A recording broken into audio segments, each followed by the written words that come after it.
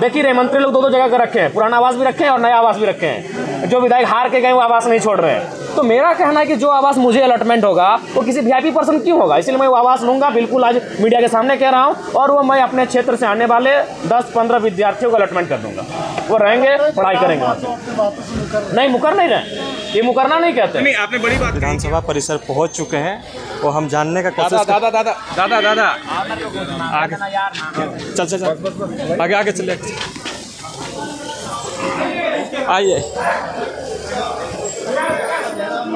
सरकार की उदासीनता है, सरकार राज्य के लोगों की सुरक्षा, राज्य के लोगों की कार्य के लिए गंभीर नहीं है। उनकी गंभीरता ना होने के कारण ही आज इस प्रकार के मामले सामने आ रहे हैं कि अब 10वीं के बच्चों का भी पेपर लीक हो रहा है।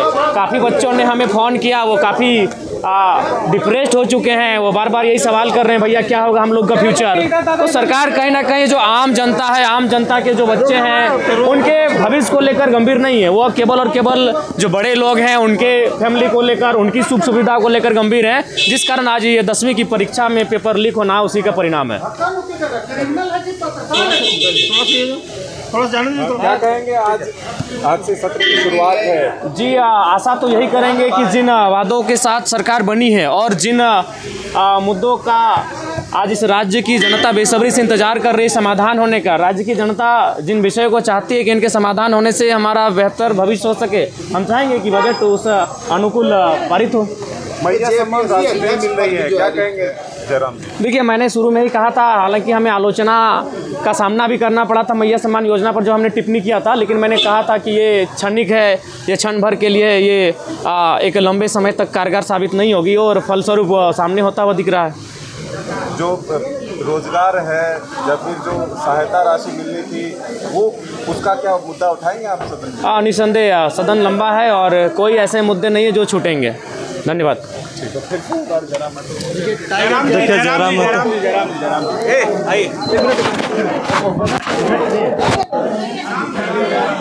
और ले लीजिए। शामिल हो रहे हैं, क्या प्लानिंग है, क्या रूपरेखा सोच कर आए हैं?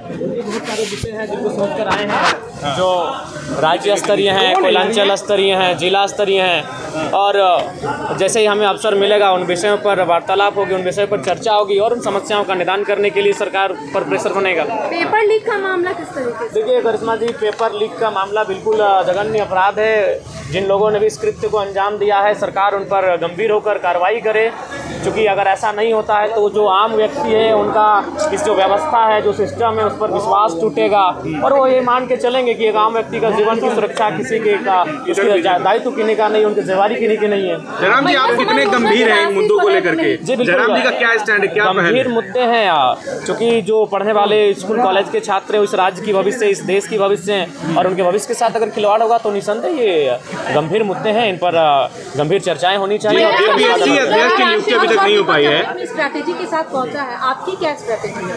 देखिए, हमारी स्ट्रेटजी यही है कि बजट सत्र के माध्यम से इस राज्य को एक ऐसा बजट मिले जिसकी राज्य कल्पना कर रहा है, जो हमारे जो वीर शहीद हैं उनके सपनों को साकार होता हुआ देख सके इस राज्य को, उस दिशा में इस राज्य का बजट पारित होना चाहिए। जयराम जी, जेपीएससी अध्यक्ष पद अब तक खाली है, अब तक क्यों नहीं सरकार को मिल पा रहा है? देखिए, इसके पीछे हो रही है, क्या कोई कारण होगा, जो कोई विशेष कारण होगा। आशा करते हैं कि सदन जब चलेगा तो जेपीएससी अध्यक्ष की भरपाई की मांग उठेगी सदन में। लेकिन जो युवा वो कह रहे हैं कि जयराम जी अब इन मुद्दों पर बहुत सुस्त हो गए हैं। देखिए, सुस्त का सवाल नहीं, हमारा अगर धनबाद पड़ता है, आंदोलन रांची में होता है, इसीलिए देखिए आंदोलन में जब भी हुआ है तो रांची को हम लोग अपने रांची के साथियों के हवाले छोड़े कि यहाँ के आंदोलन को देखभाल करेंगे, उपस्थिति देंगे और उनको उनका सहयोग करेंगे। मैया सम्मान योजना की राशि जो है वो नहीं मिल पा रही है लाभुकों के। देखिए बिल्कुल, और शायद सुनने में आया कि बैंक का भी हस्तांतरण किया गया है, किसी दूसरे बैंक में इसे शिफ्ट किया गया है, उसके भी बहुत सारे कुछ ना कुछ कह सकते हैं कुछ ऐसी घटनाएं विषय हैं, उनका कहीं ना कहीं मैंने पहले भी कहा था कि ये योजनाएं लंबे समय तक नहीं चलेंगी और फलस्वरूप वो होता हुआ दिख रहा है। मैंने पहले भी इसका सजेशन दिया था। जयराम जी, फिर एक बार आप चर्चा में आ गए हैं। पिछला जब आप विशेष सत्र चल रहा था तो आपने मंच कहा था कि मैं टीए नहीं लूंगा। मैंने ये कहा था, आप एक बार फिर आप कंट्रोवर्सी में आ गए हैं। अपने आलोचकों को क्या जवाब देंगे? आलोचकों के लिए आप टीए के लिए स्कॉर्पियो ले हम फिर आ कह रहे हैं, हम नहीं, पहले मेरी बात सुनिए। हाँ बोलिए, बिल्कुल बोलिए। उस दिन भर मैया सम्मान योजना पे चर्चा हुआ था। जी जी।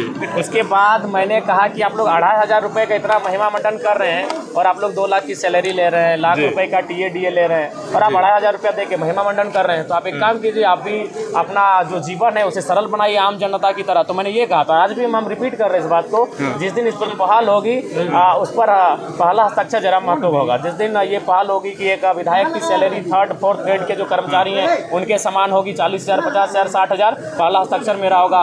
जिस दिन ये पहल होगी उसमें पहला समर्थन ही मेरा रहेगा। अच्छा, आप खाली पैर आए हैं, मैं देख रही हूँ आप खाली पैर आए हैं। हाँ, वचन है तो वचन को निभाना पड़ेगा, वचन है। ठीक है। गाड़ी खरीदने पर सवाल उठाए जा रहे हैं। देखिए, मैंने फिर कहा मैं आवास भी लेने जा रहा हूँ, लेकिन मेरा तर्क जान लीजिए, मैं आवास भी लूँगा क्योंकि मैं किसी वीआईपी के भरोसे अपना सुख सुविधा क्यों छोड़ूंगा। मेरी राज्य की जनता गरीब है, लाचार है, बेबस है, यहाँ के छात्र प्रताड़ित है, परेशान है। तो जो सुविधा मुझे सरकार से मिलेगी मैं वो सुविधा लूँगा और उन्हें मैं रॉबिन हुड के तर्ज पर जनता को दूंगा।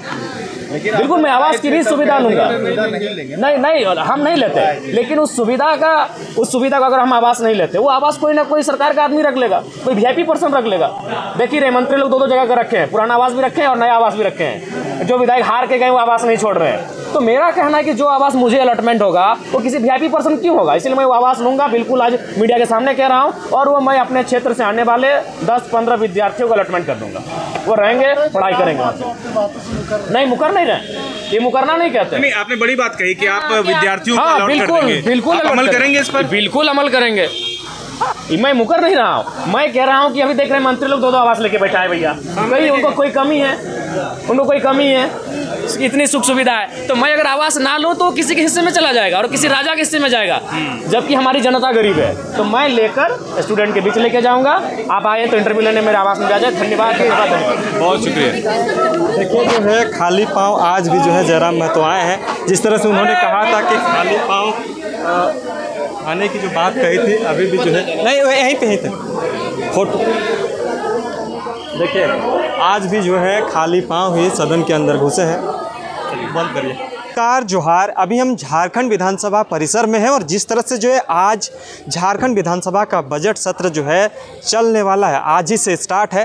तमाम नेता मंत्री आ रहे हैं, तमाम विधायक आ रहे हैं और तमाम लोग जो सवाल कर रहे थे कि बाहर की दुनिया में क्या हो रहा है, वो सारी चीज़ें जो है आज सदन के अंदर तमाम लोग रखेंगे, तमाम विधायक रखेंगे और बहुत जल्द जो है यहाँ पे तमाम लोग भी आ रहे हैं। जयराम महतो भी आ रहे हैं, उनको विजुअल को हम आप तक दिखाने की कोशिश कर रहे हैं कि जयराम महतो बाहर में जिस तरह से जो है क्रियाकलापें अपनाता है, क्या सदन के अंदर जब जाते हैं तो क्या क्रियाकलापें अपना रहा है, देखिए पहले।